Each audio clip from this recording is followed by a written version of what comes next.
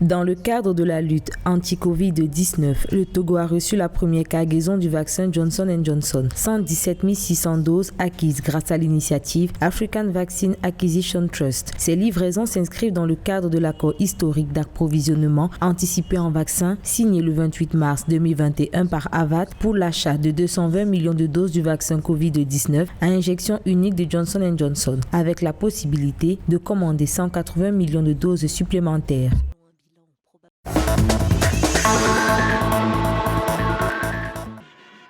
À l'occasion du 41e anniversaire de la journée des forces de défense du Zimbabwe, le président zimbabwéen Emmerson Mnangagwa a félicité les forces de défense du Zimbabwe pour leur rôle dans la lutte contre la pandémie de Covid-19. La force de défense s'est jointe à la lutte contre la pandémie par l'application des mesures de confinement, le détachement de personnel de santé pour aider à la gestion des cas confirmés, ainsi que le programme national de vaccination.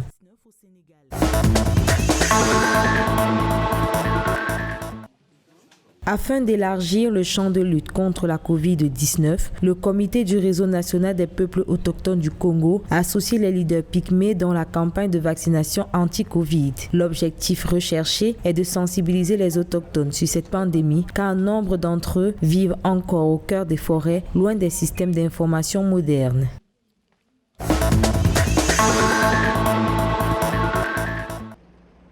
À l'occasion de la journée africaine de l'état civil et des statistiques vitales, l'Union africaine a fait savoir que la demande des services d'état civil est en baisse en Afrique. Cet affaiblissement de la demande liée aux services d'état civil s'explique par le manque de sensibilisation à l'importance de l'état civil pour les citoyens et ses implications pour améliorer l'accès aux services gouvernementaux essentiels.